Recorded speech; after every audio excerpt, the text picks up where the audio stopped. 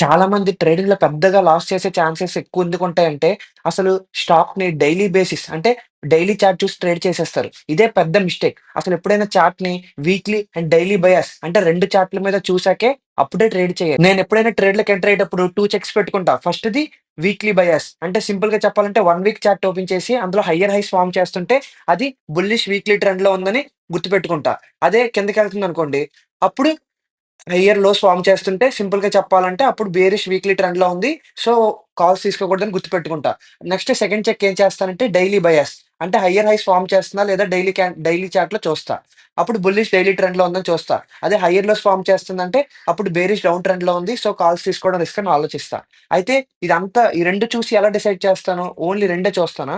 సింపుల్‌గా చెప్పాలంటే ఈ 2 చూసాక నెక్స్ట్ ఏం చేస్తానంటే ప్రాబబిలిటీ ఆఫ్ ట్రేడ్ అనేది ఒకటి రాసుకుంటామనమాట. అంటే ఇక్కడ క్లియర్‌గా చూసినట్టయితే 3 పాసిబిలిటీస్ ఉంటాయి. ఏ స్టాక్ అయినా. ఫస్ట్ పాసిబిలిటీ వీక్లీ బయాస్‌లో గనక బుల్ ఉంది. అదే డైలీ బయాస్‌లో కూడా బుల్ ఉందనుకో, అది బెస్ట్ హైయెస్ట్ ప్రాబబిలిటీ. అంటే వీక్లీ చార్ట్‌లోనే పైకెళ్తుంది. డైలీ చార్ట్‌లోనే పైకెళ్తుంది.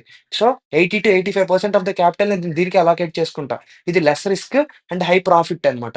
అదే సెకండ్ టైప్ వచ్చి వీక్లీ బయాస్‌లో బుల్ ఉంది. బట్ డైలీ బయాస్‌లో బేర్ ఉంది. అప్పుడు ఇది కొంచెం రిస్కీ అన్నమాట. ఒకవైపేమో స్టాక్ పైకెళ్తుంది. ఇంకోవైపు కిందకెళ్తుందన్నట్టు చూపిస్తుంది. సో, దీనికి 10% ఆఫ్ ద క్యాపిటల్‌ని అలోకేట్ చేస్తా. వీక్లీ బేర్ ఉంది.